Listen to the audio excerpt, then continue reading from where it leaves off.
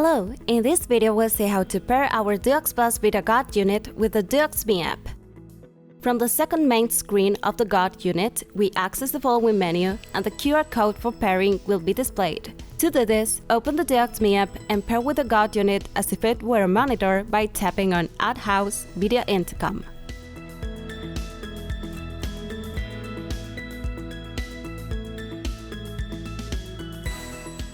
If the pairing is successful, the next screen will appear with a green checkmark.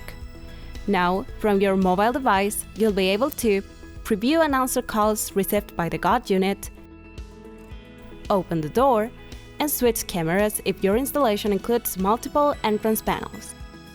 Remember to make sure the Wi-Fi is on to receive the call forwarding. That's all for now. Thanks for watching and see you next time!